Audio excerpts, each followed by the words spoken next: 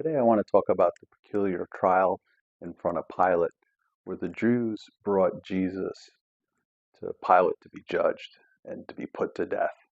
Stay tuned. Okay, I think I'll start the story in Acts 1:10. This is where we're told that the Holy Ghost gave David shadow pictures of things to come. And David was to marry these up with the different holy convocations, which Passover was one of them. Okay, now we need to talk a little bit about Passover. Um, in Exodus 12:11, we're told that the Passover lamb is God's Passover lamb.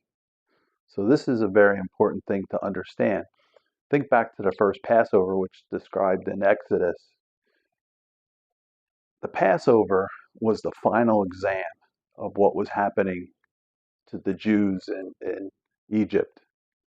Now, all the plagues that happened to Jesus, they didn't affect the Jews. So nothing happened. So the locusts and the blood in the water and all that sort of stuff, the darkness, it didn't affect the Jews. Passover did, because now it's the final exam.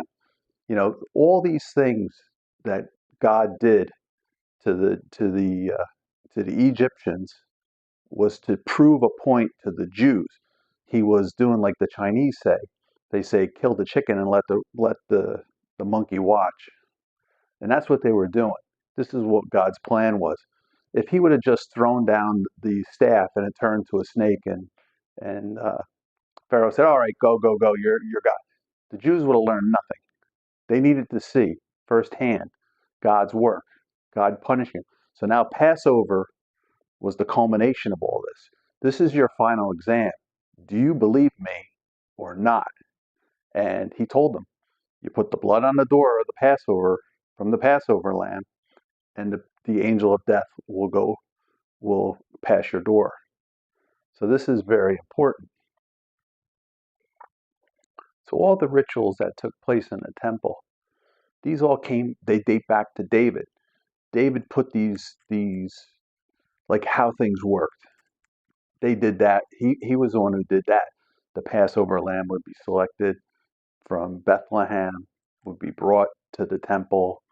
The high priest would examine, he would not only choose them, but before he sacrificed them, he would examine them again, looking for any kind of flaws, because the Passover lamb can't have any blemishes.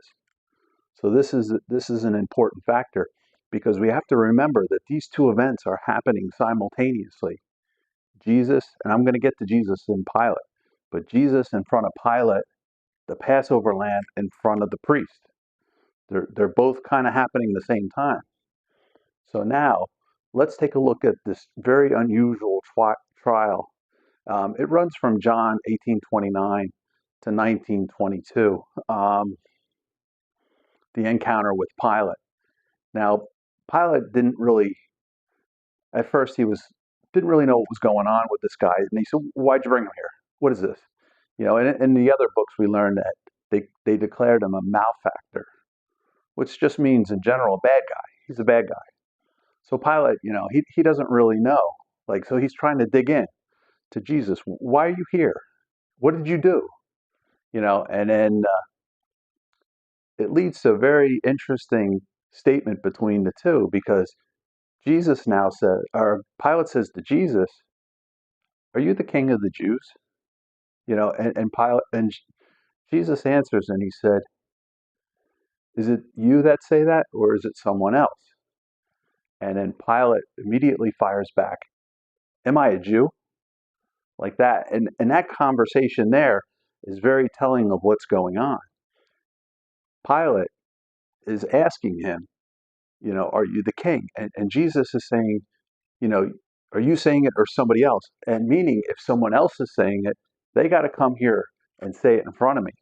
And you have to do your due diligence on it. But Pilate reminded him by saying, "Am I a Jew?" That, hey, we're in a Roman court here.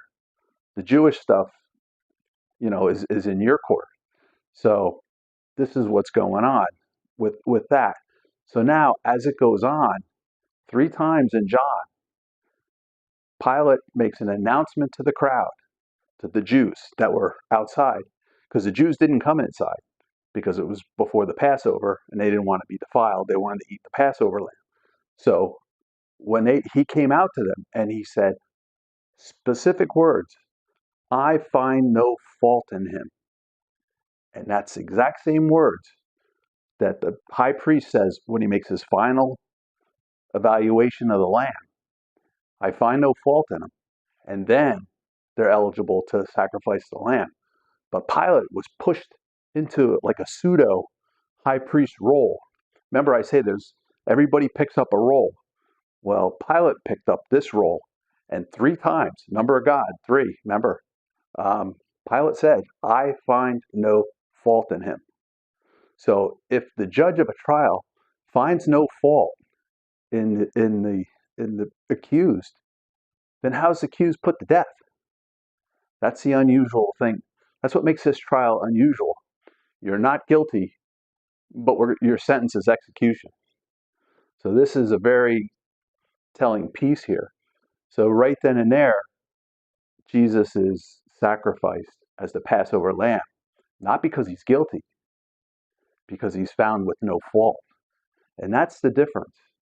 So I just want to wrap that up there, and just I want you to take a different look at what's going on. And remember, this was all a mimic of what the Jews do. And that's why I am the way I am, because everything, to understand the New Testament, you have to know the Old Testament, because everything repeats. And if you don't know what the Old Testament's saying and what they did and what they're doing in the temple and all their little feasts, and I got a video coming up on that too, about the Jewish holidays, the holy convocations, and how they link to Jesus. Because Jesus is fulfilling these things. So that's in a coming up video too. But there you have it.